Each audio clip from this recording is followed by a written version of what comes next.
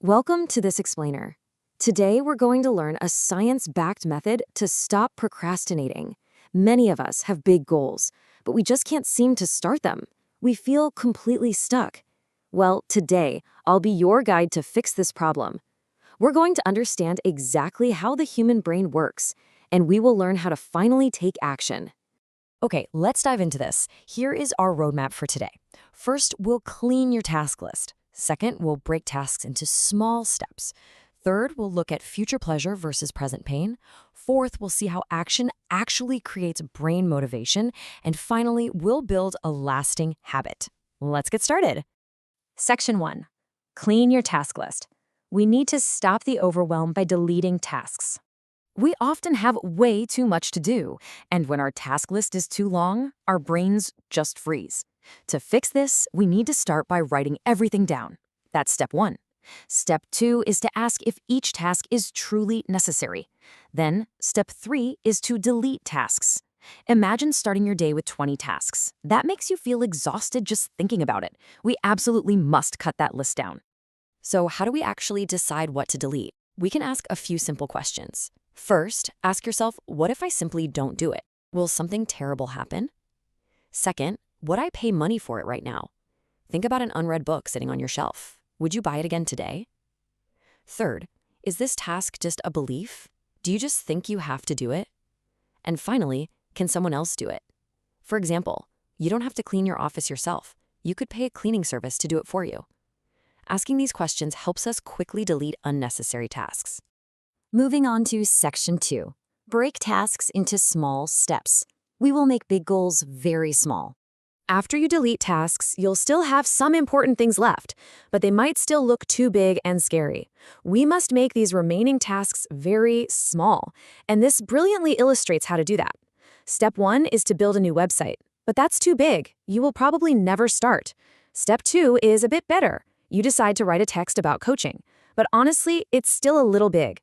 Step 3 is perfect. You decide to write just one page about coaching. Now you know exactly what to do. In our earlier example, starting with 20 tasks was totally overwhelming. But we asked hard questions. We deleted tasks. We broke them into small, clear steps. And suddenly, that massive list became just 3 important things. 3 is a great number. 3 feels possible. Now for Section 3, future pleasure versus present pain. This is the mental game of motivation. Even with only 3 tasks left, you might still feel a mental block. Science calls this problem temporal discounting. This simply means the brain likes a small reward right now. It likes this much more than a big reward in the future. For example, watching television right now feels really good.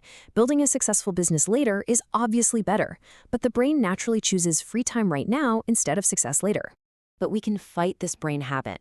We must clearly compare present pain with future pleasure. The present pain is very real. Studying new software is boring. It takes up a lot of time. But think about the future pleasure. Getting more customers and feeling proud of your work is a huge pleasure. You must imagine this future result very clearly. Try to make that future pleasure feel real right now. This is how you beat that mental block. So, we have a clean list. We can clearly see the future pleasure. But sometimes we still just sit there. We still don't move. So, how do we actually get motivated? Let's look at the core scientific truth. Section 4. Action creates brain motivation. You just need to start moving. Here is the absolute biggest secret of all. Motivation doesn't come before action. We always wait for motivation to arrive first, but motivation actually comes after you take action. As brain scientists tell us, you must start moving before the brain gives you motivation. The meaning here is very simple. Don't wait to feel ready. Just start doing the thing. Your brain will eventually wake up. Now, what's really interesting about this slide is the science behind it. We have a specific part of the brain called the nucleus accumbens. This part creates motivation. It creates the drive to keep going. But there's a strict rule. It only starts working after you begin a task. You absolutely must take the first step. Only then will the brain give you the energy for the second step. So how do we trick ourselves to just start? Here are a few simple tricks. First, schedule the time. Treat it like an important meeting with a doctor. Second, work for only 15 minutes. A short block of time isn't scary. Third, don't try to be perfect. Doing a bad job is actually better than doing nothing at all. Fourth, tell yourself to only clean half the room. You don't have to finish everything today. And fifth, try doing 2 things at once. Listen to your favorite music while you work. Finally, section 5, build a lasting habit. Let's learn how to keep going every single day. Doing something one time is good, but doing it once is clearly not enough. We need to make taking action a daily habit. We need it to become automatic. Behavioral science gives us a powerful tool called operant conditioning. This simply means learning to repeat an action. You do this by adding a reward while you do the action. Science proves this method works. You are pairing a good feeling directly with the hard work. How exactly do you add a reward to an action? Let's look at some concrete examples.